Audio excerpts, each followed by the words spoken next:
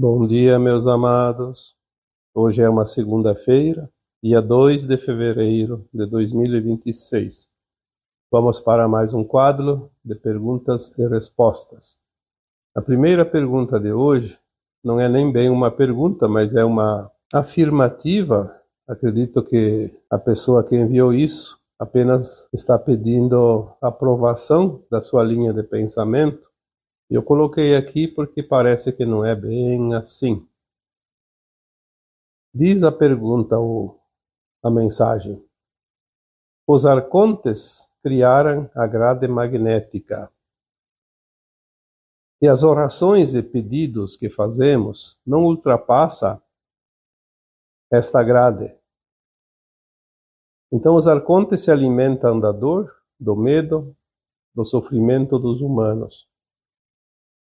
Para furar esta bolha e alcançar a fonte, Jesus e os gnósticos deixaram a chave. Na verdade, esta mensagem ela tem várias possibilidades, vários desdobramentos. É certo que Jesus deixou a chave, porque ele veio com esta missão. Jesus foi um mensageiro, um avatar que veio para nos dizer que tínhamos agora um tempo que representava o final de um ciclo e que a separação do joio e do trigo iria acontecer, porque a Terra se transformaria num mundo não mais de provas e expiações, mas de regeneração.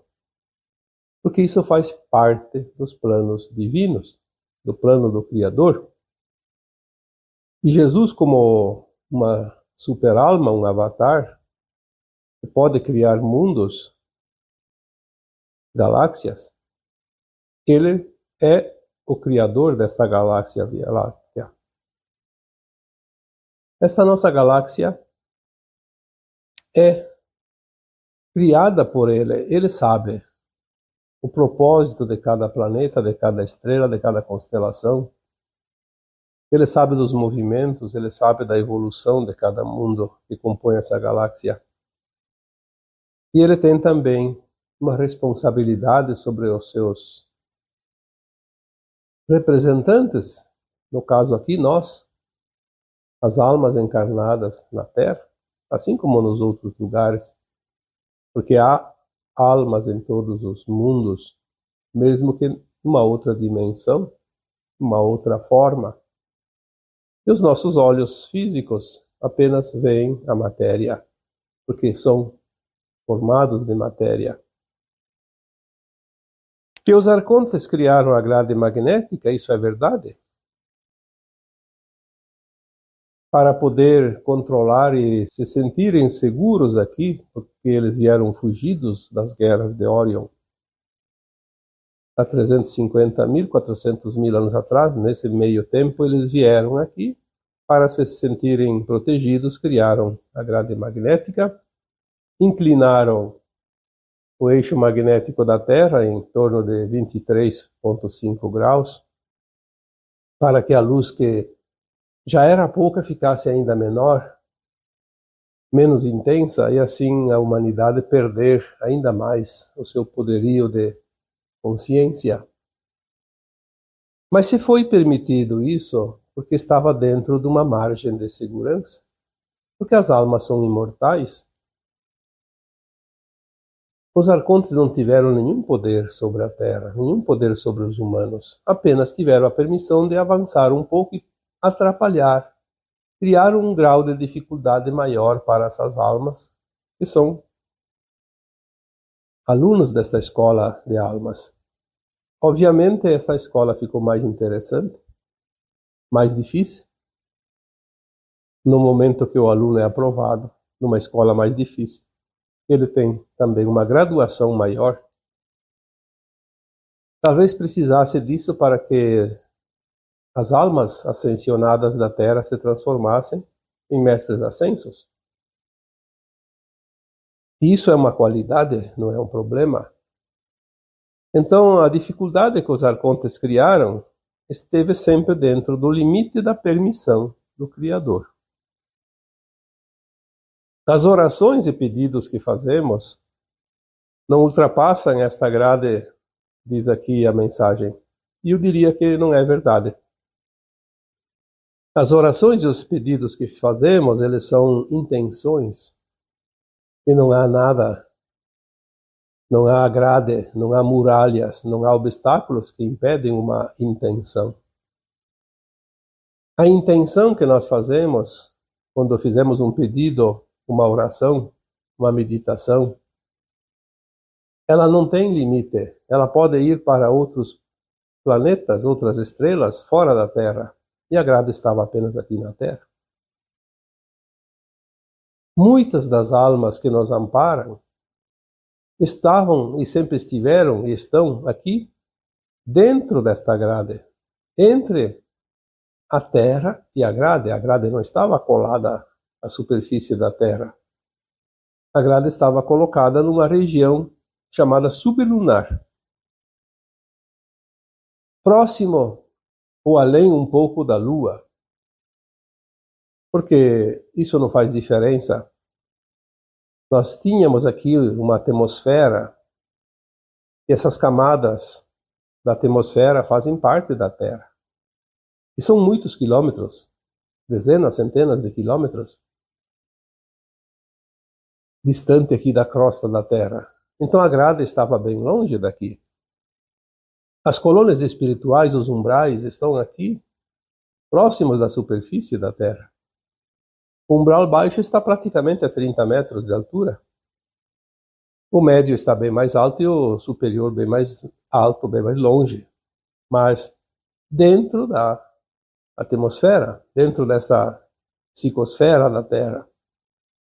Então as entidades malignas, denominadas de arcontes e seus subprodutos, tinham certo poder, sim, por todos esses anos, mas era um tempo permitido.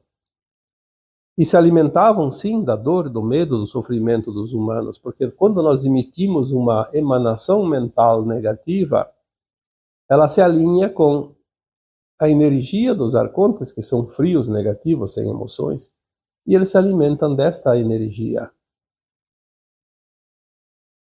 Mas, mesmo com o domínio dos arcontes, muitas almas ascensionaram. Muitas ficaram nas colônias espirituais mais elevadas, no umbral alto, dando amparo e proteção aos demais. E os arcontes nada podiam fazer contra isso, porque o limite deles estava dentro da possibilidade que o Criador determinou. Além disso, negativo.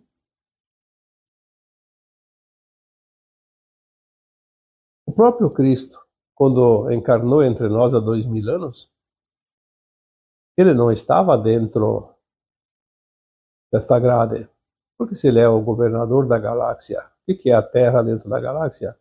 Quase nada. Um minúsculo grão de areia dentro de um oceano. Mas ele chegou até aqui porque a consciência não tem limite. E a consciência superior podia entrar. Tanto ele entrou que se materializou. Por todas as dificuldades que havia, ele ainda conseguiu, porque ele é o Criador deste mundo e desta galáxia, e ele sabe os caminhos. Então nós temos ainda uma limitação muito grande quando tentamos entender até que ponto os arcontes nos atrapalharam ou nos dominaram. Eu diria que quem teve vontade, quem realmente se propõe ou se propôs a vencer os obstáculos, ascensionou mesmo dentro desse período. Houve muitas almas. Contei aqui há poucos dias a ascensão de Paulo de Tarso. Paulo de Tarso ascensionou naquela vida dele há 2000 anos, no tempo do Cristo. Nós temos muitas almas da Terra que ascensionaram o tempo todo, mas eram esporádicas, não é como agora que é uma ascensão em massa. Agora os arcontes foram realmente retirados porque a Terra vai passar por uma nova fase e eles não podem ficar ali atrapalhando, porque a frequência da nova Terra é uma frequência muito superior do que essa frequência da velha Terra.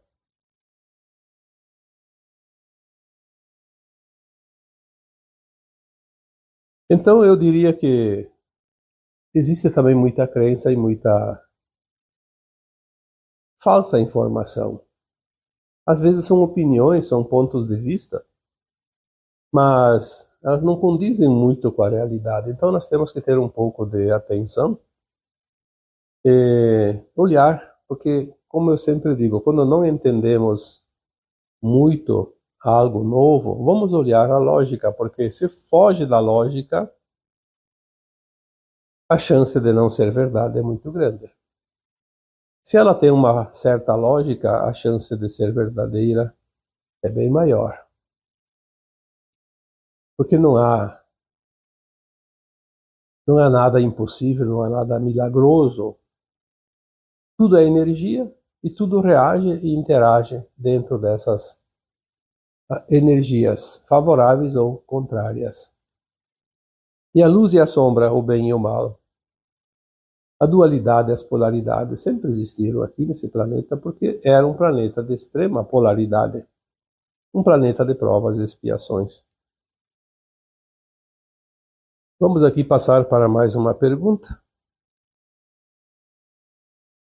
É possível reverter um quadro de demência? Como? A indústria farmacêutica tem a intenção de curar ou manter o paciente doente?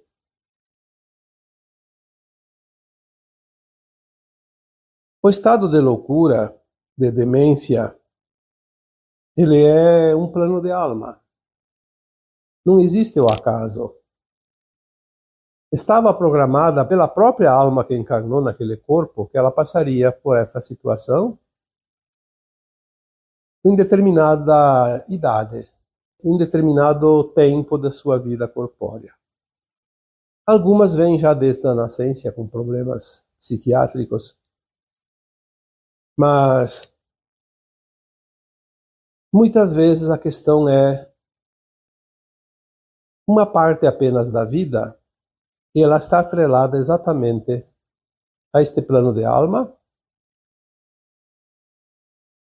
que nós não podemos dizer que é uma regra, mas são possibilidades. E são múltiplas as possibilidades. A alma pode ter escolhido, por exemplo, quando eu chegar nos 20 anos eu começo a ter problemas psiquiátricos, psicológicos, psíquicos, e começo a ter uma deficiência cerebral, neural. Assim como a pessoa que tem Alzheimer, em determinada idade, porque o Alzheimer não dá. Pode ser até que tenha casos, mas a maioria são na velhice.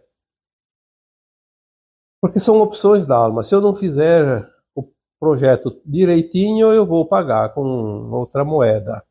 Tudo é moeda de troca para resgatar dívidas de vidas passadas. Nós temos dito muitas vezes que não há acaso, sempre tem uma causa.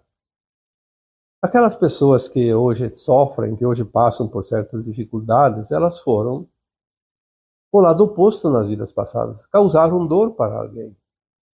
Tem pessoas que se metem tanto na vida de outras que levam aquelas pessoas à loucura. Mesmo que não fiquem loucas, mas têm uma vida tumultuada, turbulenta, pela ação de outras pessoas. Então, como se diz, levou o outro à loucura, numa próxima encarnação vai passar pela loucura, pela demência. Usou muito a mente para arquitetar planos diabólicos, para tirar proveito, ganhar status e poder. Numa outra vida vai ter problema exatamente aonde? No sistema neurológico. Usou a mente para fazer o mal, vai ter a mente prejudicada. É o agente causador da dor e do sofrimento que vai ser também o ímã que vai atrair do mesmo numa próxima existência. Nós falamos aqui algumas vezes também sobre os chakras. Cada chakra determina um ponto do corpo. São 7 chakras principais e cada chakra tem uma víscera e um órgão como reguladores, como comandantes daquela energia naquela parte do corpo. Então quem usa ou muito a cabeça para fazer o mal, vai ter problemas na área da cabeça. Quem usou muito a fala, a comunicação, a expressão para determinar sentenças, acusações, maledicência, vai ter problema na área laríngea. Quem usou muito do ódio, da raiva, do rancor, vai ter problema na área do chakra cardíaco, do coração. Quem usou e abusou das questões relacionadas ao sexo, por exemplo, vai ter problema na área do chakra esplênico. Quem causou muito medo, muito pavor às pessoas, depois pode vir numa vida com problemas na área da segurança, que é o chakra básico, e é uma pessoa que vive amedrontada, com medo. Tem pessoas que passam uma vida inteira com medo. Medo de tudo. Não passa o medo e vive a vida sem viver, porque quem tem medo não vive, vegeta.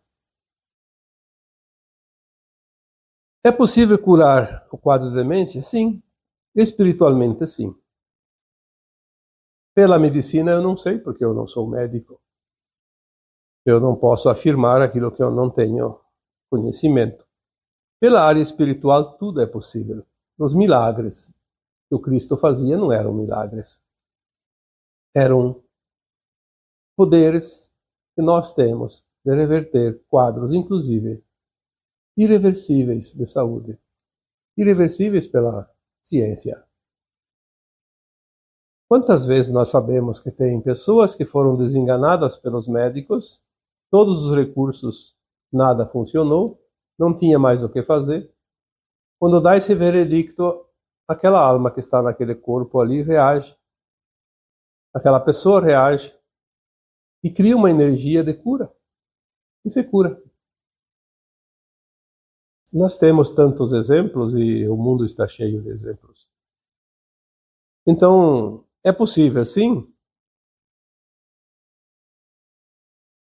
Como? Diz aqui a pergunta. É aquilo que eu acabei de dizer. Quando nós fizemos a cura está dentro de nós, não está fora. Aliás, todas as doenças são energias acumuladas. O remédio apenas alivia a parte material do corpo. O corpo deixa de sentir tanto, pode até achar que eliminou aquela energia, porque ele absorve de uma certa forma de outra maneira, porque a medicação é química e o químico reage. Então, dissipou ali, mas ela não foi eliminada e ela vai se agrupar em outro canto do corpo, outro ponto. E se transforma num novo sintoma, numa nova doença, ou volta naquele mesmo ponto mais adiante. A cura definitiva está dentro de nós quando nós transmutamos aquela energia que causou o problema. Porque as nossas ações, as nossas emanações mentais, as nossas intenções, os nossos desejos, eles criam sempre uma energia que vai reverter em alguma outra situação e vai voltar para quem emitiu essa energia. Se vinha de uma vida para outra, era assim que funcionava, agora podemos ver certas situações acontecer nesta mesma vida, por isso que dissemos que o karma é instantâneo, porque vai acontecer muitas coisas nesta vida, que é a última encarnação nas provas e expiações da Terra. A indústria farmacêutica é um comércio. Então aqui a pergunta diz, a indústria farmacêutica tem a intenção de cura ou manter o paciente doente? Eu só faço uma outra pergunta. Se você tivesse um comércio e você vendesse um produto que cada um que compra nunca mais vai precisar daquilo, o que você faria? Será que esse comércio iria progredir? Daqui a pouco todo mundo já tem um produto. Você vai fechar, porque não vai ter mais mercado. Então aqui é uma outra história, nós não vamos entrar na questão do mercado. Mas é óbvio que a cura vem de dentro, não vem de fora. O que vem de fora é paliativo, é remédio, remedia. Ou quando não é remédio, como se diz, ainda chamo de droga. Por quê? Porque tem efeitos colaterais por causa das suas misturas químicas. É uma pergunta que eu fiz para mim há muito tempo. Se as medicações, a maior parte delas vem da essência dos vegetais, da natureza, das plantas. A planta tem uma essência pura, natural, não faz mal para a gente. E por que o remédio tem efeito colateral? Porque misturam químicos. E será por que tem que misturar químicos? Eu não sei. Eu não entendo nada disso. Não posso dizer nada. Mas é uma questão, um questionamento. Por que misturar coisas que vai criar efeitos colaterais? Às vezes eu posso imaginar, obviamente é uma imaginação, será que não é para criar mais oportunidades, mais dependência, para vender mais do mesmo, do produto de outros? Porque se é um mercado, quem trabalha no mercado tem sempre o estudo como ampliar o mercado. Ninguém investe dinheiro por caridade. Caridade, todo mundo que dá, que faz, que exerce a caridade, dá migalhas. Os bilhões são investimentos. E, obviamente, nós temos também as orientações, já as informações que existem curas para todas as doenças há quase um século. Falei esses dias também, muitas vezes, há 72, 73 anos atrás, um cientista chamado Wilhelm Reich, que tinha desenvolvido a caixa orgânica, que era um equipamento que fazia lá um procedimento verificando a frequência do corpo da pessoa, que era submetida à caixa orgânica, e ajustava as energias e o corpo ficava ação de qualquer doença. Curava tudo, inclusive o câncer. Mas quando descobriram este invento do Wilhelm Reich, deram um jeito de acusar ele de alguma coisa, não se sabe do que foi, mas teve uma acusação lá, prenderam, bastou uma noite e amanheceu enforcado na prisão. E com ele se foi a fórmula da caixa orgânica. Então as patentes de invenções que realmente beneficiam a humanidade são milhares e milhares. Só nos Estados Unidos tem cerca de 7.000 patentes engavetadas, todas elas trazendo benefícios incríveis para a humanidade, mas não dão lucro. É um comércio que não tem interesse. É assim que funciona. Na terceira dimensão. As coisas vão mudar agora, e muito em breve. Os velhos sistemas vão colapsar todos dentro de alguns anos, poucos anos, e nós vamos ter realmente um salto quântico da Terra, da humanidade, da nossa ciência. Termina o domínio e a manipulação. Então, fica a cargo de cada um interpretar aqui do jeito que quiser. Nós aqui não estamos nem dizendo sim, nem dizendo não. São as possibilidades. Vamos para uma outra pergunta. Como se dará a saída da 3D? Aqueles que não herdarão a nova Terra. Então, como aqueles aqui, vamos refazer essa pergunta, fica melhor. Como se dará a saída desta velha Terra para aqueles que não herdarão a nova Terra? Haverá mortes coletivas, catástrofes naturais?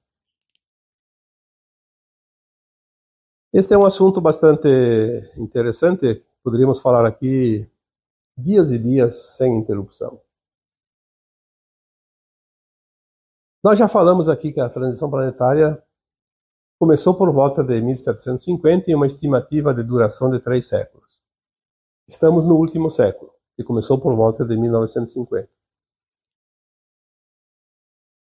Agora, até 2030, mais ou menos, por ali, e lembre-se que datas são estimativas. Todos os sistemas vão mudar porque nós teremos algumas décadas ainda para colocar em prática essas tecnologias suprimidas. E nós vamos organizar esse planeta já para preparar ele para 2050, 2060 estar dentro da nova Terra. E até lá tudo vai mudar, a energia da Terra está mudando, nós temos agora as comprovações, inclusive científicas, dessas emanações de massa coronais do Sol, as ejeções de massa coronal, que são tão intensas e rápidas uma atrás da outra. Por quê? Porque a Terra está recebendo mais e mais energia. Energia adamantina, não mais fotônica. Vai mudar tudo que está nesse planeta. E a Terra vai finalizar um ciclo, e quem não está na frequência não volta mais a encarnar na nova Terra, vai para o exílio, aonde há a frequência, a energia compatível. Neste último século, veja bem, se nós temos a média de 70 anos, 80 anos, estimativa de vida, num século se muda uma geração inteira. Toda a humanidade reencarna e desencarna como almas dentro de um século. Então a troca de almas está acontecendo. A separação do joio e do trigo. Nós temos essa encarnação para resolver isso. Ao desencarnar, a alma que não está pronta vai embora. A que está pronta fica. Então, todas as almas que não têm a frequência da nova Terra encarnaram como última oportunidade a partir de 1950, e no momento que desencarna, se não está pronto, vai embora. Então a troca está sendo feita da forma natural. Até porque a linha de tempo da Terra mudou em 2010 para o não-Armagedão. Então não vai haver o arrebatamento dos bons e nem as tragédias dos desencarnes coletivos extraordinárias, como se fosse a linha de tempo do Armagedão. Haverá, sim, desencarnes em massa, como sempre teve em alguns momentos, em alguns lugares, as tragédias, naturais ou não. A forma natural está agora, nos últimos anos, de 2023 até 2025, esses últimos 3 anos, desencarnaram mais gente do que 2020 e 2021, que foi o ápice da pandemia. Nós vemos como as almas agora estão apressadas. E mesmo assim, tem outras possibilidades, como os entrantes, por exemplo. Os entrantes é uma coisa que é pouco falado, mas é muito importante. Muitas almas que vêm e precisam de pouco tempo, alguns anos apenas, para finalizar a sua missão, a sua evolução. Então elas podem vir como entrantes, elas ganham tempo. Uma pessoa que está com, não importa a idade, pode ser de 1 ano ou menos até a hora que poderia desencarnar, 70, 80 anos, não muito depois, porque está indo no corpo também já não aguenta mais.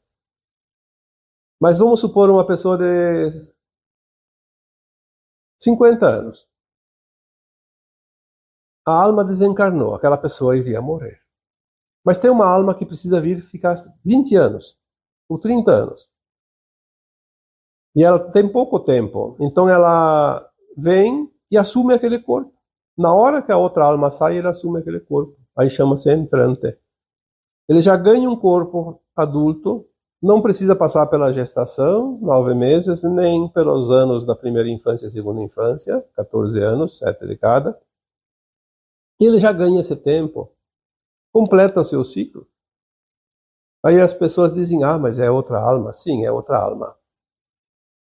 Ela vai vir com a sua consciência, e antes de entrar naquele corpo, nos instantes da troca, ela faz uma leitura, isso é quântico, é rápida, questão de segundos, faz uma leitura da consciência da alma que vai embora, e ela assume aquele corpo e continua como se fosse aquela outra pessoa. Tem algumas diferenças porque são duas consciências juntas ali, então tem um pouco do velho vivente que tinha ali e do novo, mas as mudanças que as pessoas não reparam muito, porque cada um olha no outro aquilo que mais ou menos sempre viu. Aquela pessoa está fazendo coisas um pouco diferentes, mas todo mundo muda toda hora, então não é tão extraordinário assim. E isso acontece muito mais do que se possa imaginar. Isso apressa a troca de almas da Terra. Não haverá montanhas de cadáveres, como eu sempre digo. Haverá, sim, uma troca de almas rápida. E muitas vão estar encarnadas no final e não vão mais desencarnar, porque já passam em corpos físicos. E as que desencarnam antes e estão prontas, ascensionadas, retornam, enquanto estiver encarnando pessoas, almas, né? Está vindo essas almas que já têm o direito da nova Terra. E depois que a Terra terminar a transição, voltam também almas. A maioria já não precisam mais, porque tem um tempo de transição também ali na questão da concepção, mas depois as almas se corporificam sem precisar passar pela concepção, como nós conhecemos, pelo nascimento como bebê. Enfim, é um assunto muito extenso e muito abrangente, e não é uma questão de minutos aí que você possa dizer, até porque não se sabe tudo, se sabe apenas alguma coisinha, o suficiente para entender que as coisas estão realmente avançando.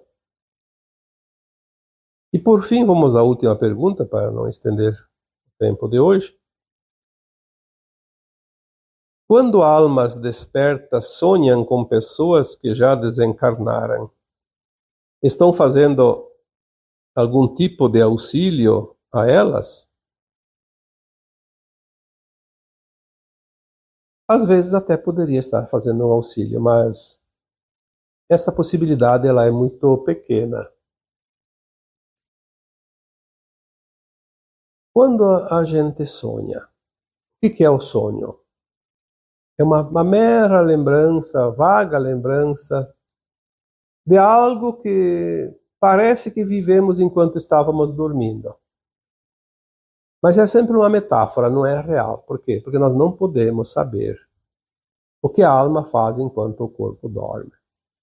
Porque nós não iríamos entender e iríamos enlouquecer. Iríamos ficar perturbados, dementes, esquizofrênicos. Porque é tanta coisa que não tem como compreender. Porque a alma, quando nós dormimos, ela vai para a quarta dimensão, e nós estamos na terceira dimensão de consciência. A alma, quando o corpo dorme, pode ir, em questão de segundos, da América à Ásia, do Brasil ao Japão, porque ela é quântica. Ela é uma energia.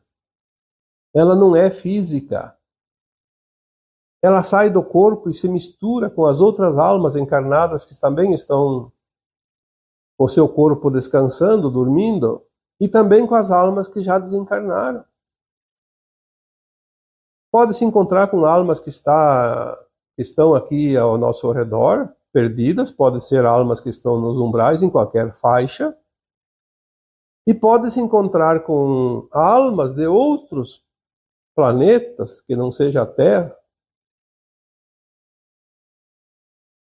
Eu só não tenho essa informação ainda, mas de repente a alma, quando o nosso corpo dorme, ela pode acessar partes da consciência de suas versões superiores também. Pode receber o auxílio da sua mônada. Então é muita coisa envolvida. Nós não temos, assim, mais informações do que isso, porque não é necessário. Não teríamos como entender. Vamos entender o seguinte: a alma não dorme, não precisa, ela não tem corpo material. Ela é quântica, ela é etérica. Ela simplesmente não fica ali parada. Muitos de nós trabalhamos. Todos nós saímos como almas do corpo enquanto o corpo dorme. A alma sabe que o corpo vai acordar, ela volta em questão de milésimos de segundo. Às vezes, 1 milésimo de segundo de atraso é quando acontece aquela sensação que você acorda e parece que estava caindo. Quantas vezes a gente passou por essa situação? Acordou e parece que estava caindo num precipício, estava caindo lá do alto, não sabe da onde, mas estava caindo, que chegou a dar aquele frio na barriga. É aquele momento que a alma se atrasa, 1 milésimo de segundo é suficiente. Ela está acoplando no corpo novamente, e daí dá a impressão que caiu. Que a gente caiu, né? Que o corpo caiu. Na verdade foi a alma, que adentrou rapidinho no seu lugar. Se acomodou. Quando nós sonhamos com pessoas que já desencarnaram, é certo que a nossa alma se encontrou com elas. Em algum lugar, não importa onde.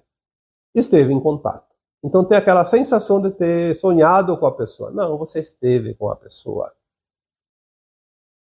Quando você sonha com outras pessoas encarnadas, você esteve com elas durante o sono. Quando você sonhou com um lugar, uma coisa que você nunca viu, que lugar maravilhoso, que lugar bonito, um lugar feio, triste, tenebroso, é lá que você foi.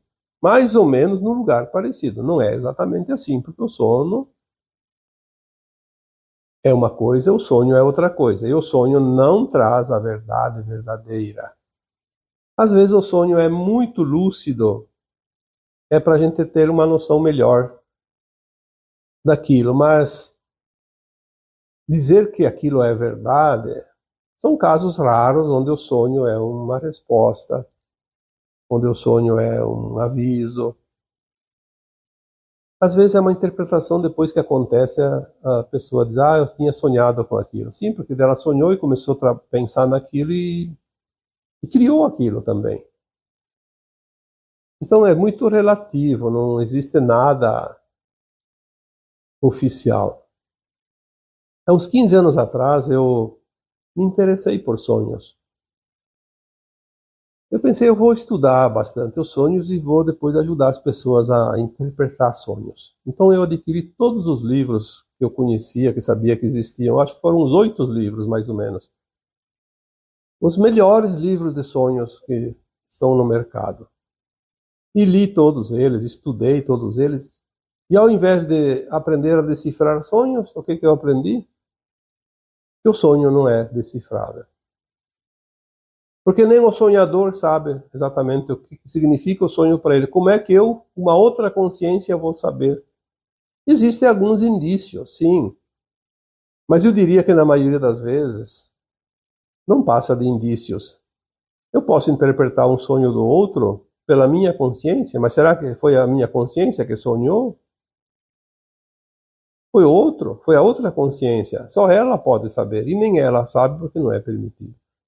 Se fosse permitido interpretar os sonhos realmente como deveria ser, como verdade, então a gente não iria esquecer do sonho. Seria uma lembrança normal, natural, límpida.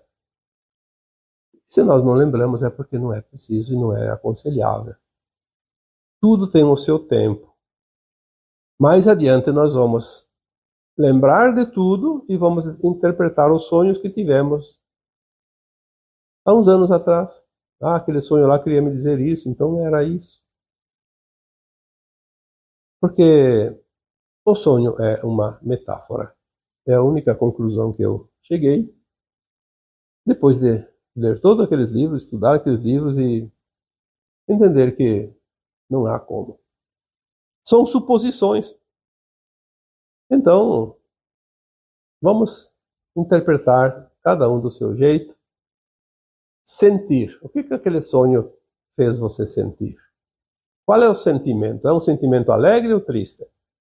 Foi um sentimento de alegria ou de tristeza, de esperança ou de desesperança? Se você tiver um pouco de reflexão e conseguir interpretar o sentimento do sonho, você tem um pouquinho mais de respostas, porque o sentir é teu. O que você sentiu? Ele te trouxe paz? Trouxe preocupação? Às vezes nós sonhamos com lugares horríveis, com entidades horríveis. Ou nós estivemos lá com aquelas almas horrendas, ou então são as nossas próprias versões de vidas passadas, quando vivemos aquele personagem, bandido, maligno. Eu sempre digo que os monstros não estão fora, os monstros estão dentro de nós. Nós temos a luz e a sombra, que é a base da nossa formação espiritual, nossa evolução. Aqui no planeta Terra nós vivemos a dualidade da luz e da sombra, e as encarnações do passado nós vamos lembrar perfeitamente cada detalhe, e às vezes o sonho ele traz vagas lembranças daquilo que nós já vivemos. Então aquele monstro que apareceu no meu sonho pode ser um personagem que eu vivi, claro, numa forma de metáfora, numa vida passada. E é isso. Se diz aqui a pergunta para finalizar, estamos então fazendo algum tipo de auxílio àquelas almas que sonhamos? Nem sempre é auxílio. Às vezes não é. Isso não importa. Você estava dormindo, você tem que ser responsável pelas suas ações enquanto você está acordado. Aquilo que você sonha, aquilo que você interpreta que a alma fez enquanto estava dormindo. Ah, eu estava dormindo e sonhei que traí a minha esposa, traí meu marido. Meu Deus do céu, agora eu me sinto culpado, culpada. Isso é uma bobagem, você não traiu coisa nenhuma. Você pode estar lembrando. Tem alguma vida passada que você possa ter feito isso, mas nessa vida você ficou aí na cama, não saiu da cama, não acordou. Preocupe-se sempre com aquilo que você faz conscientemente. Isso sim tem peso que decide o teu futuro, a tua ascensão ou não. E agora eu vos deixo com o meu abraço de luz em cada um de vocês. Namastê.